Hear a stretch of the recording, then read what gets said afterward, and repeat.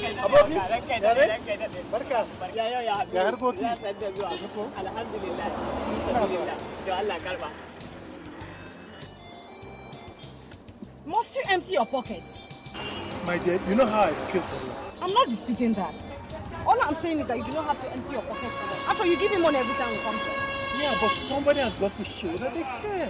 So why don't you go about and donate generously to them? Honestly, if I were in a position to do that, I will.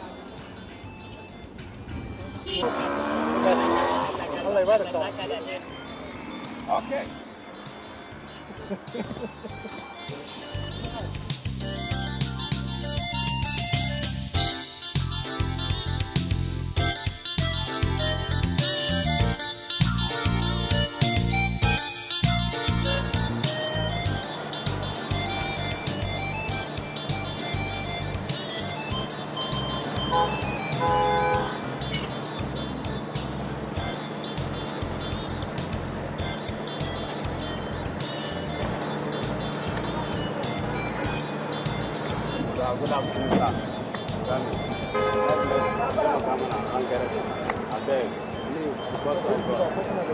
Allah baka abin da ake nema na kai.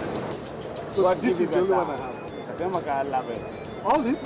Aba Allah bai taimaka mana. Allah zai dauka ka taimaka mana ran kai dai. Thank you Baba. God bless you Baba. God give you better in your work. Thank you.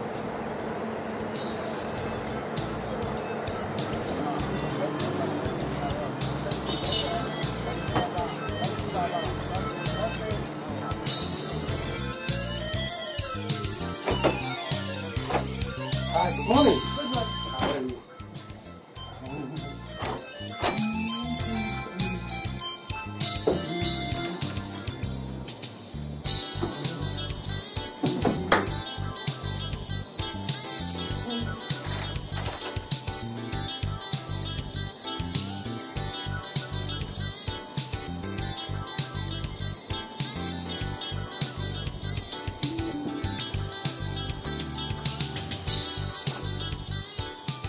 Mr. Bankole? Yes, Mr. Ome, can I help you? I found this on my table. I sent it. Yeah, but I don't understand. Chairman's instruction. It is clearly written there. I can see that, but I still don't understand. I mean, how can the chairman, who has agreed to sponsor the charity project Soccer for the Needy, suddenly change his mind after he has asked me to work out all the modality? And now he wants to sponsor a beauty pageant.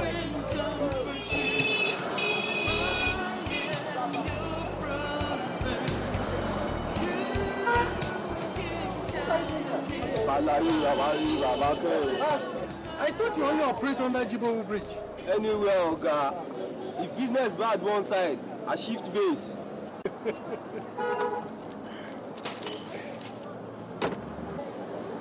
Tell me, what is your name? Peter. Peter. Do you know it could be more useful and productive? Baba, help me. What is your name? My name is Adu. Handicap is not a handicap unless you make it so. Do you want to spend the rest of your life begging on the street, depending on people for a living, when you can actually work and earn some money for yourself? Work? Oga, what have you do? Plenty. Lots of things.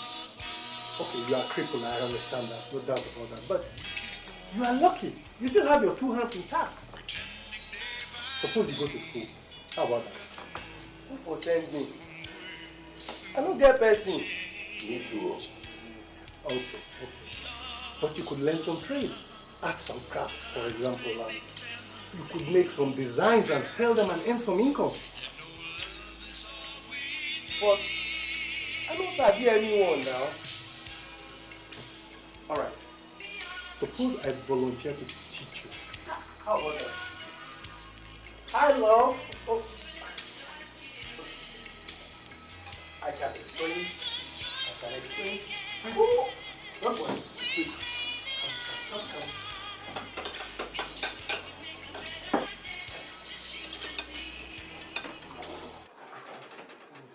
This is madness. And I think you're taking it too far. Please. Just calm down. I can explain. How can you just pick destitutes from the streets and bring them here, Chris? They are just helpless, crippled young men, that's all. What's the difference? Look, I'm trying to teach them how to make a living. Have you become an agent of the Red Cross or what? No. You baffled me these days, Chris. Are you the same man I married? Of course I am. Look, I don't look at this. I give money to beggars, you complain. Now I'm trying to teach them how to make a living and you are still complaining. What's wrong with that? Why won't I complain? Who in my shoes will not complain? I am opposed to you turning this house into a home for destitutes. And I will not mince words over that. You see, you call them destitutes because that's the way you see them. I see them as fellow human beings. Oh.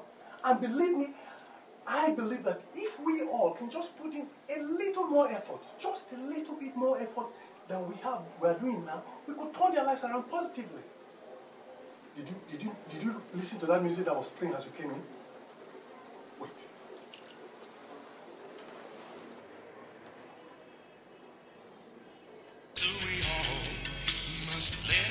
Exactly. Can you beat that? You see what I mean? Stop it! Stop it! I hope you're not planning on keeping those things in this house.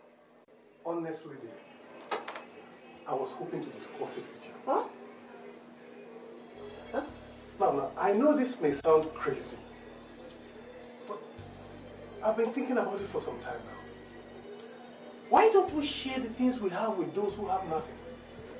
I mean, like we could clothe the naked, provide shelter for those without a home, food for the starving.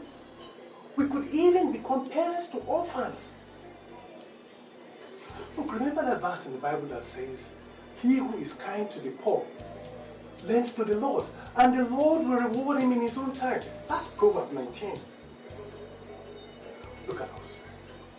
13 good years of marriage and not a child to show for it. Who knows if the Lord will bless us with a child?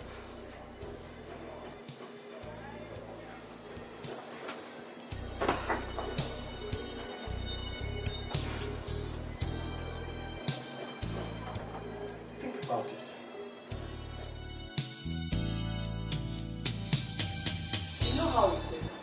But for how long will you keep brooding over this? Look, take my advice. Never allow anything weigh you down, no matter what. But how can I possibly shake this off my mind? Eh? I wish you'd experience what I'm experiencing.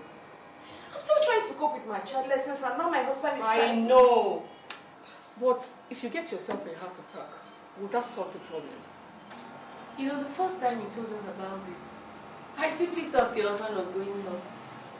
But I've thought about this whole thing, and I'm wondering, what if God has a purpose for all What this? kind of purpose? You never can tell. Or what do you think? I'll tell you what I think. I think he's tired of our marriage. I mean, our childless situation. Come on. He's simply looking for a way to frustrate me out of it, you know, instead of sending me packing. I don't think so. I don't. I won't encourage you to reason that way. She might be talking sense. You never can tell with men. I agree with you. But I don't see Mr. Ome as that kind of person. Neither do I. But like I said, you never really can tell with men. You know what, Julie? Just keep faith. There is nothing hidden that won't be exposed. Exactly. If your husband is doing all this with an evil intention, it will soon be revealed. But if he's doing it with a clean conscience, we'll soon find out. Sure. It's just a matter of time. It's okay.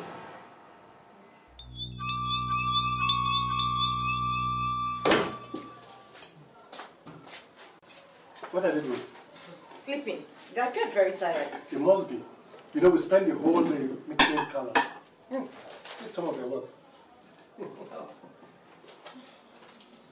And after that, I taught them how to make some frames for pictures. Okay.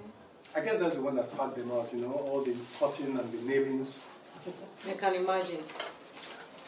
Someone's coming in tomorrow to teach them how to make some decorative items. I hope they can cope. Well, the idea is to expose them to as many things as possible. Then they will choose which one is most appealing to them. But it will cost a lot of money. I mean, considering all the items you'll be needing. You're right. And the coaches, I'm sure they won't be doing it free of charge, or will they? No, they wouldn't. So, tell me, how do you intend getting money for all this? And you don't even have a job, Chris. As a matter of fact, I've been considering selling off some items. What? Well, you know, some of my personal effects and some other things that we can do without. Like what? Oh, for a start, how about the furniture in the guest room? You know, they're hardly ever used. And some of those items in there. You're out of your mind. No, I'm not. Look, we can do without these items. And when things get better, I can replace them with better ones. What's your game plan? I don't understand. Why can't you just come out with courage and boldness like a man and tell me you're tired of this whole marriage? Hey, what are you talking about? Why do you have to resort to this funny game you're playing? Honey! You're tired of our marriage. Fine. What I don't understand is why you cannot come out and tell me. Why are you treating me like this?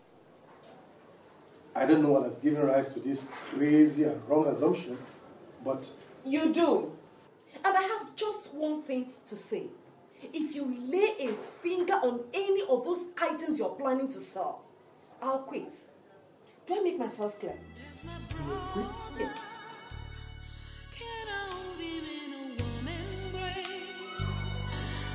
Shelter be his helper, or can I, or can't I?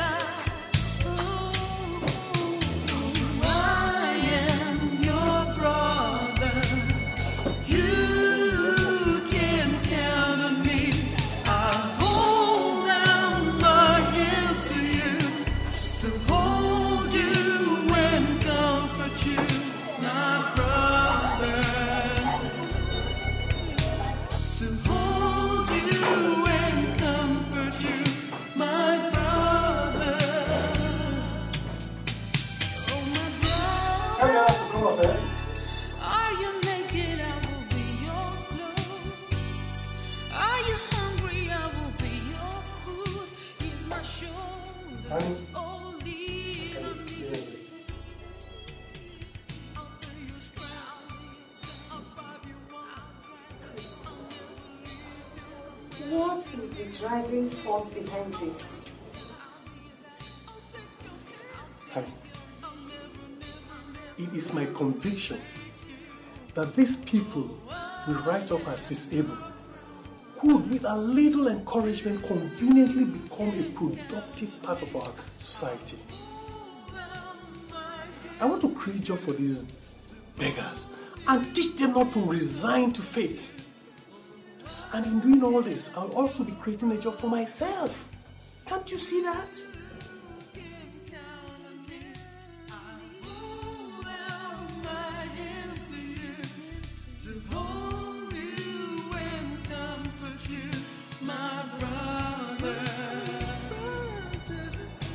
This is marvelous. Marvelous.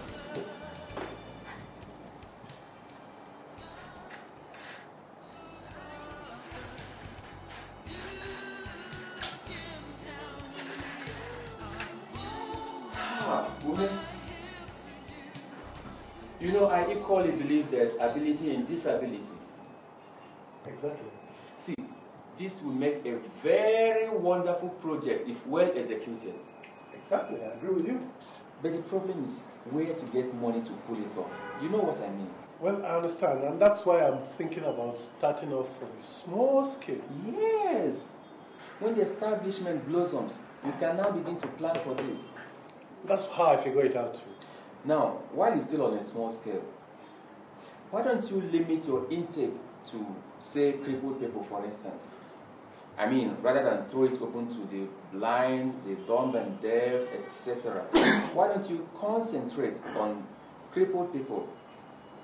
I believe it will enable you cope effectively with the initial takeoff stress, as well as sharpen your focus and the budget. That's a very good point you've made. Now, when things open up, you can now incorporate all the others. Exactly.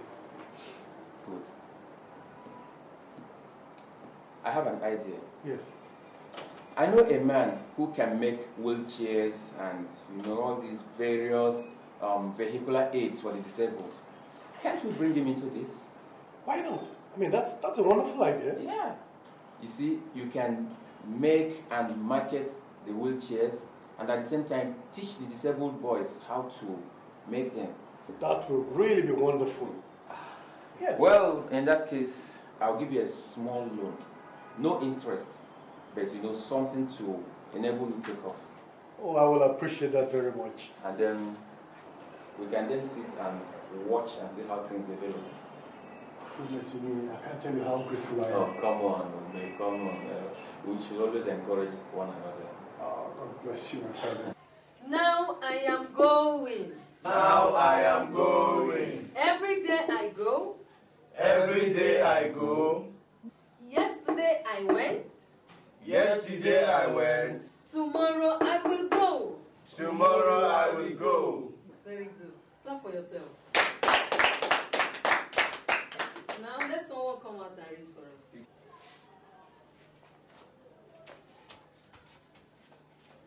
Now I am going. Now I am going.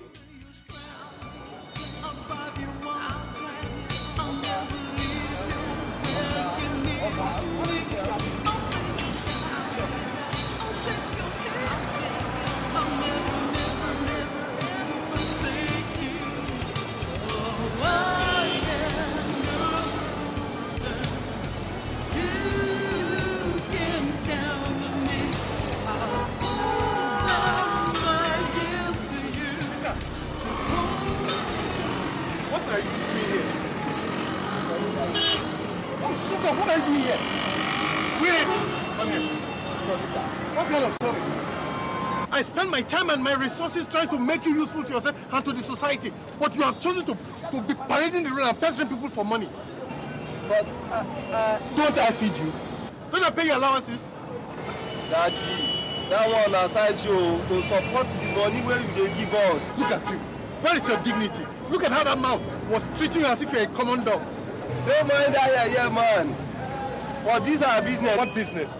What business? Look, if I ever catch you begging again on the street, I will deal with you. Now, get into the car. Yes, Daddy.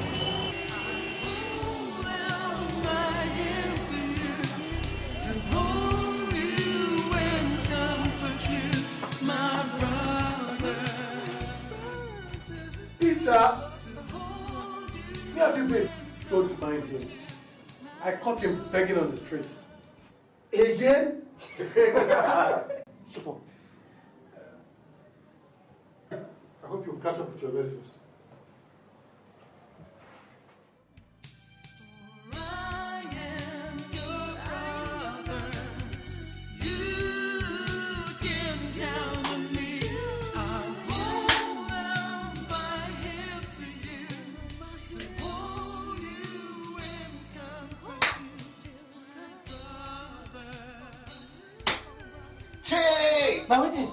Sorry, I killed a mosquito in your body. Ruben, so because of ordinary mosquito, now you land me this blow. But it was going to bite you. No be only blood you go suck. Well, sorry, I thought I was doing you a favor. You disturb my sleep, Jerry. But how could you possibly sleep with all the mosquitoes? See. Me where I don't sleep under bridge for over 8 years. The way I dey see you, sef, it be like say you no dey for street for too long. Because your body still dey fresh, well like small pikin own. You see? You are right. Come, Ruben. You never tell me what happened to you, sef? I had a motor accident about 2 years. I had just finished my school certificate exams. And my parents were taking me home when it happened. Both of them died. I'm the only child. I spent several months in hospital. But I had become paralyzed from waist down. When I was discharged, I stayed at my uncle's place for some time. But he started making life miserable for me. And after a while, I left his house. I begged on the streets for a few days before someone introduced me to the teacher. And so, here I am today.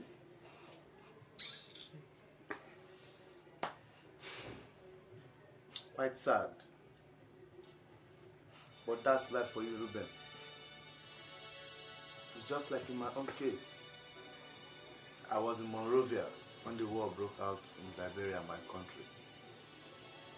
One night, we were all sleeping and a bomb exploded on our compound. My parents, my brothers and my sisters, everybody died. Except me.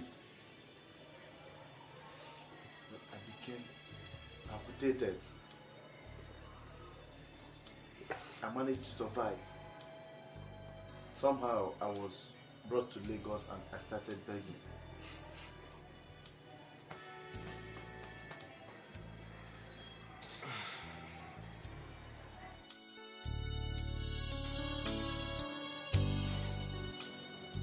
Ah, Ruben, that one too big for you. I feel like a scarecrow inside me. Bring her here at my size.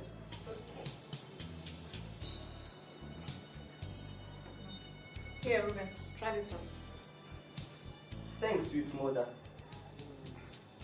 Why did you call me that? Well, that's what you are to us. Yes. Sweet mother, we no go forget you for this summer. Okay, thank you. Wow. If today is Christmas Day, I would have said that Father Christmas passed through here. It's a surprise package from my friends at the office. Indeed. How wonderful. And who are these?